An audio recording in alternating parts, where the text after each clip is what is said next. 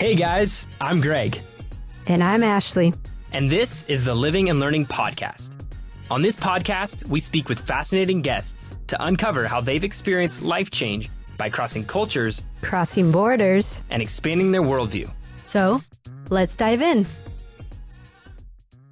Hey, welcome back to the Living and Learning Podcast. We are so glad you are here with us.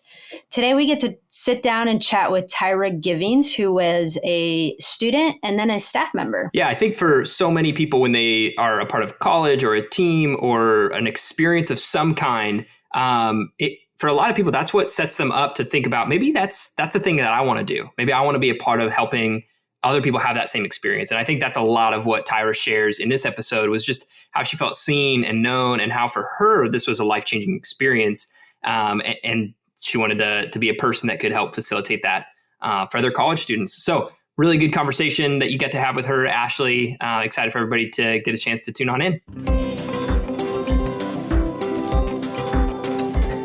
I am here with Tyra Givings, and I am so excited. Actually, Tyra flew in this morning from Houston, which is amazing. I called her last week and said, what are the chances you'll be in LA? And all of a sudden, she's sitting right in front of me, and about 5 days later. So that gives a little testament to who this girl is.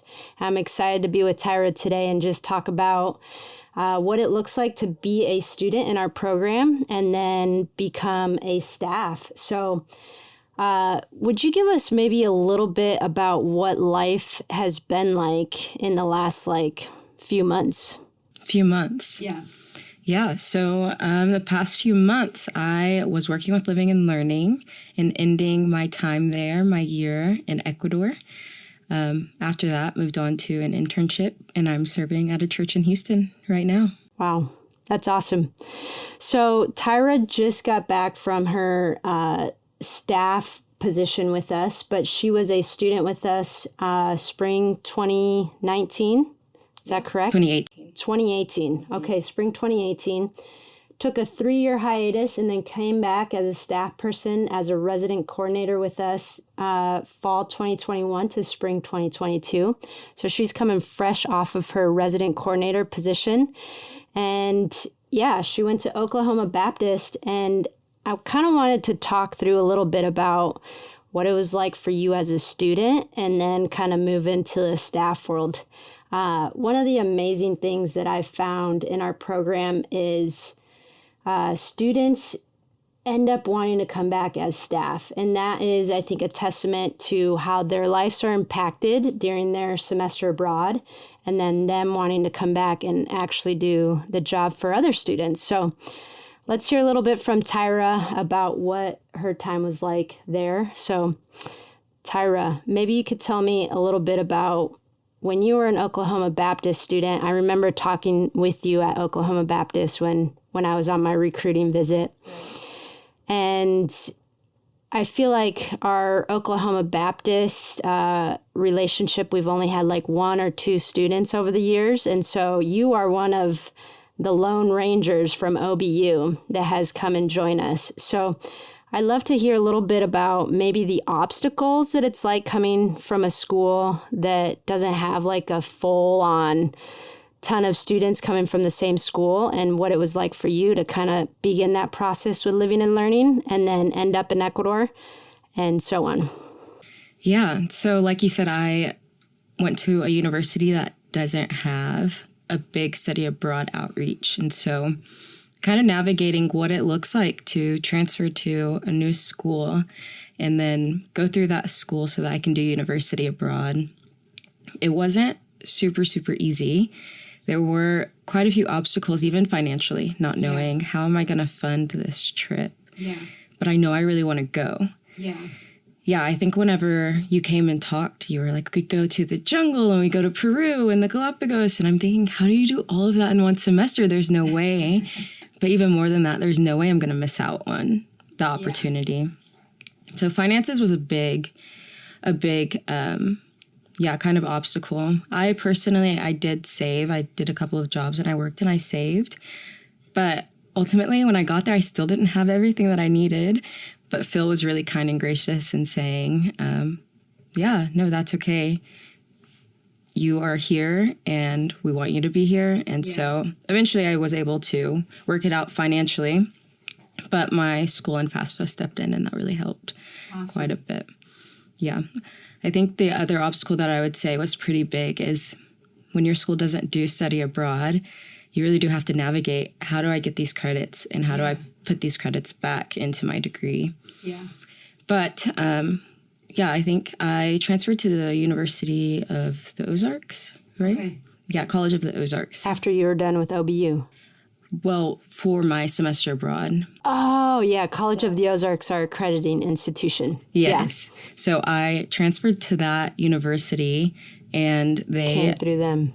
Right. And so they pretty seamlessly transferred my credits back. Credits over. Right. So while I was worried about that initially, it ended up being a pretty smooth transition. Wow.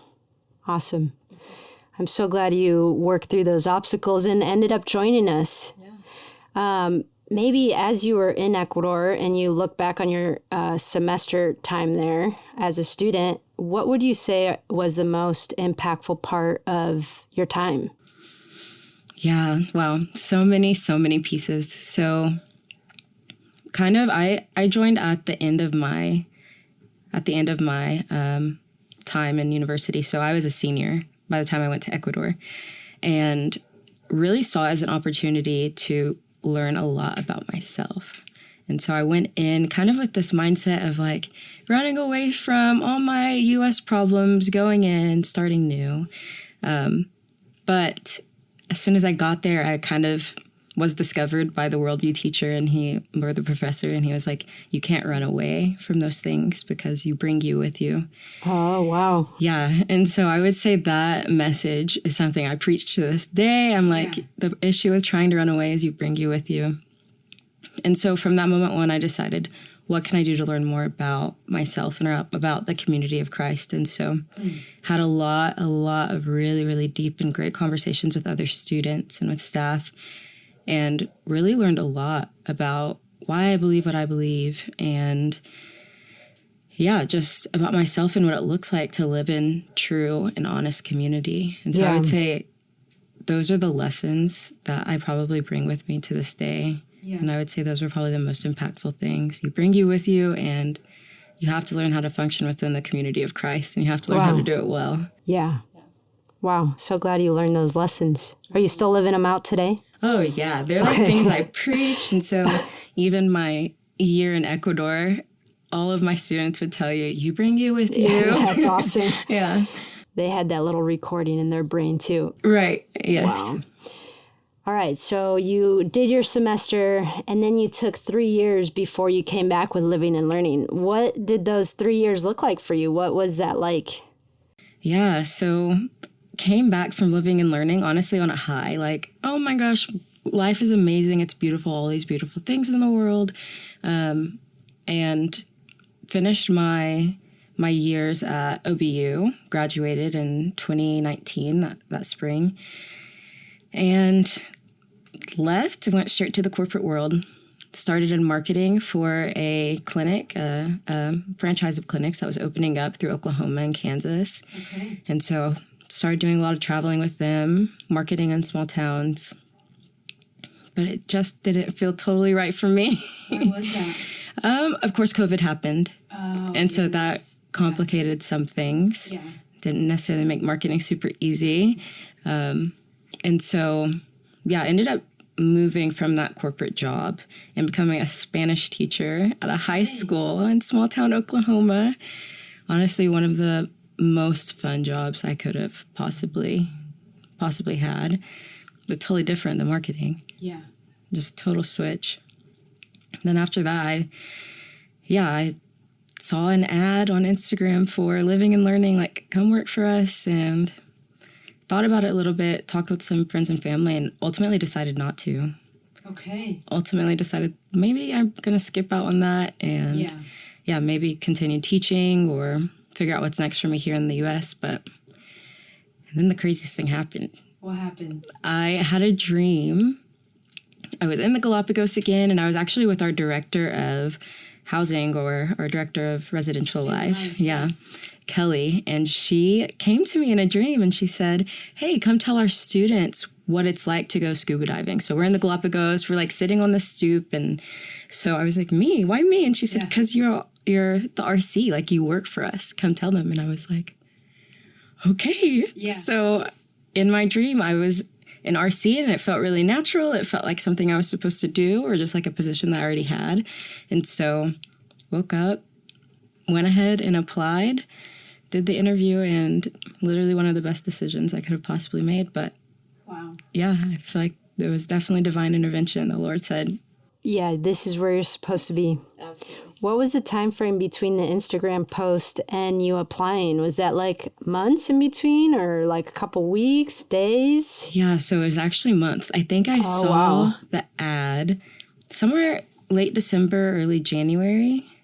I'm thinking late December. And then I ended up applying maybe around March. Okay. Had my interview at the end of March and then got told yes in April. Okay, so it's a quick process. Yes. What is that process to become an RC like in the application phase and applying and getting in and all that? Like, what does that look like? Kind of the onboarding, getting the job with us?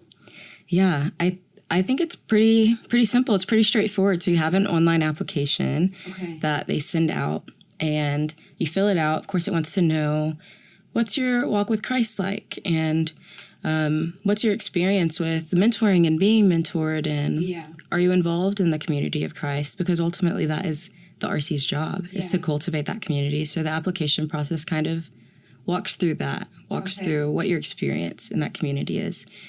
You fill out this Google form, basically, super, super simple. And then you get an email from our director and she reaches out should you get an interview or not. And then you go through the interview process. It's usually a couple of directors who interview you. And then they let you know a few weeks later. Love that. Yeah. Congrats on getting the job. Thanks. So, I mean, some of the listeners probably on here have no idea what a resident coordinator really is. Maybe you could paint a picture like, what does a resident coordinator actually do? And like, what is that role within Living and Learning? Yeah.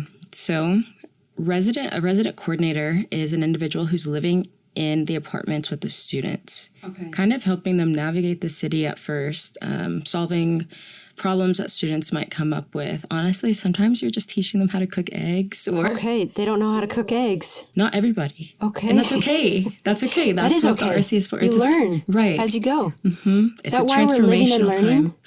I think that's why we're living and learning. Yeah.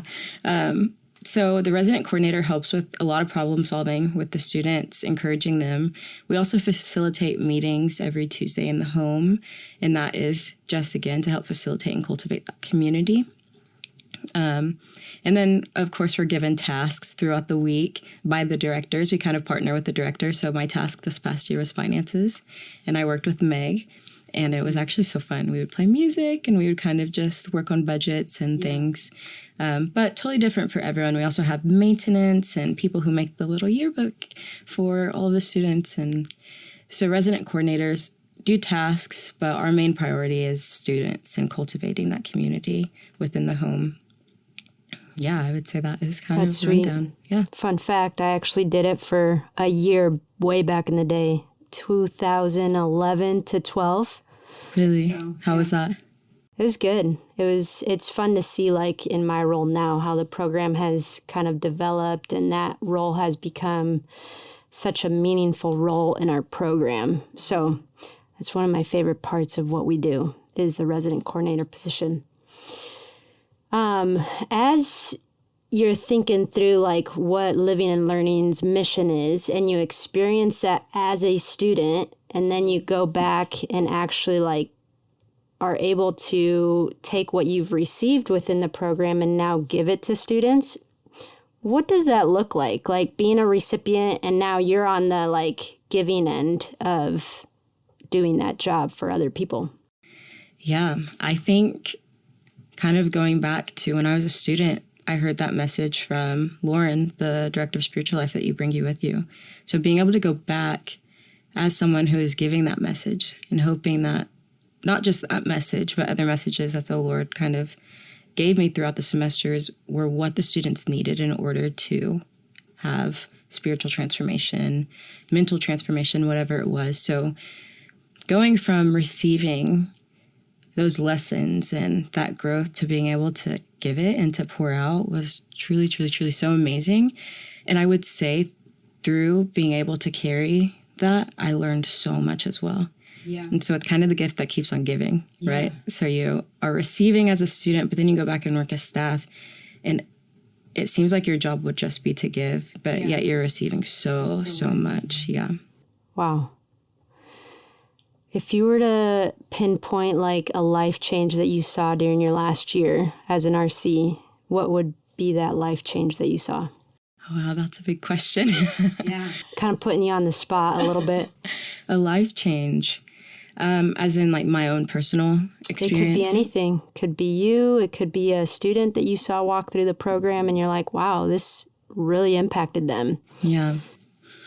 I would say for me personally, and probably across the board, something I saw a lot this past year was the empowerment of these young women who had come through the apartment and being able to encourage them and let them know that they don't just walk in that power while they're in Ecuador, but they walk in that power when they go back home to Biola or whatever university that they're from, APU, whatever it is. Just being able to encourage them and empower them in boldness to stand up and to speak and participate in this beautiful thing that we call life. And so for me personally, working with the spiritual, or not the spiritual director, but the residential life team. Right. Yeah. Working with that team, I was so empowered by them. And it has dramatically changed the way that I interact, the way that I work going back. So my internship in Houston, I believe, is totally different than it would have been should I not have spent that year in Quito. That's awesome. Mm-hmm. In closing, if you were to give incoming student kind of advice or something coming into the program, what would you say to that student? A student coming in? Yeah. I would say have so much fun. I think a lot what I saw and what I see, and this is so common, I think, across study abroad programs, students get there and they don't want to waste a moment. They're like, every moment has to count. If I'm sitting at home just doing homework, like in the monotony of everyday life, they feel like, isn't every moment supposed to be an adventure? Yeah. But the super, super incredible thing about living and learning is you can't waste a moment. There's not a moment wasted. Adventure comes. Yeah. It has to. Every weekend there's a trip. At the end of this semester, there are crazy trips that come. So just live and enjoy that monotony while it's there, because that's where a lot of the transformation is able to resonate. Okay. And that's where that growth really comes. All right. So have fun, you guys. Listen, I am so grateful for Tyra today for taking time, flying in from Houston to be with us. And we'll catch you later. Tyra, thank you so much for taking a few minutes to sit down with us and share about your experience, having been on a student and then moving to being on staff. It was really encouraging to hear about how this program has been impactful in your life. You can catch us on our next episode as we sit down with another resident coordinator, but this time in our Baltimore program. Olivia Wyatt has been helping run student life there in Baltimore over this past semester and is just a phenomenal person. Hey, this episode is coming out on January 1st. It's a new year, so it's maybe a good time to think about, what are you doing this upcoming summer? Living and Learning is really excited to be offering summer internships in actually 4 cities globally. So Quito, Ecuador, Rome, Italy, and then 2 cities that are brand new for us to be running summer programming in, Madrid, Spain, and London, England. So we're running internships in all 4 of those cities. Check out the website to get some details on that and maybe consider spending your summer with us in one of those 4 locations. Hey, if you've been enjoying this podcast, give us a like and be sure to subscribe, and then maybe share this episode or some of the past episodes with somebody in your life. That's the best way for other people to hear about what we're doing. Okay, have a great rest of your day.